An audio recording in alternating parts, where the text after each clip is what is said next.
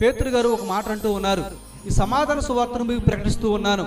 దేవుడు పక్షపాతి కాదు, ఆయనకు భయపడి వారందరికీ ఆయన రక్షణ ఇవ్వడానికి ఆయన సిద్ధంగా ఉన్నారు అని పేతురు గారు అపోస్తుల కార్యంలో చెప్తూ ఉన్నారు.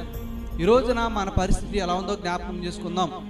ఏదో పేరుకు మాత్రమే మందిరానికి వస్తూ ఉన్నాం కాబట్టి వెళ్ళాలని ఆలోచనలో ఉన్నామా? ఒకసారి జ్ఞాపకం చేసుకుందాం.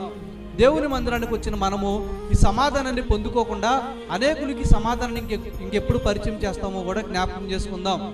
సమాధానం మన జీవితంలో చాలా ప్రాముఖ్యం. నా జీవితంలో ఏమున్నా లేకపోయినా పర్వాలేదు, కానీ సమాధానాన్ని నేను కలిగి ఉండాలని అనేకమైన భక్తులు వారి జీవితాల ద్వారా మనకు తెలియజేస్తూ ఉన్నారు. దావీదు గారు ఆయా సందర్భాల్లో చెప్తూ ఉన్న మాట ఏంటంటే, కీడు చేయటం అని మేలు చేయండి, సమాధానాన్ని వెతికి దాన్ని వెంటాడండి అని చెప్తూ ఉన్నారు. కీడు మనం చేయడానికి ఏమాత్రమో అవకాశం ఉండకూడదో, మనము సమాధానాన్ని వెతకాలి, దాన్ని వెంటాడాలని భక్తుడైన దావీదు గారు చెప్తూ ఉన్నారు. సమాధానాన్ని వెతకడం మాత్రమే కాకుండా ఆ సమాధానాన్ని వెంటాడాలని భక్తుడైన దావీదు గారు చెప్తూ ఉన్నారు. ఇవే మాటలను పేతురు గారు ఆయన రాసిన పత్రికలో జ్ఞాపకం చేస్తూ ఉన్నారు. మనము ఈ లోకంలో మంచిగా బ్రతకాలన్నా, ఈ లోకంలో మనం మేలుకరంగా జీవించాలన్నా, మనము చెడ్డ దినాలను చూడకుండా మంచి దినాలను చూడాలంటే మనం కీడు చేయటం మాని మేలు చేయాలని, సమాధానాన్ని వెతికి దాన్ని వెంటాడాలని పేతురు గారు దావీదు గారి మాటలనే మరలా గుర్తు చేస్తూ ఉన్నారు.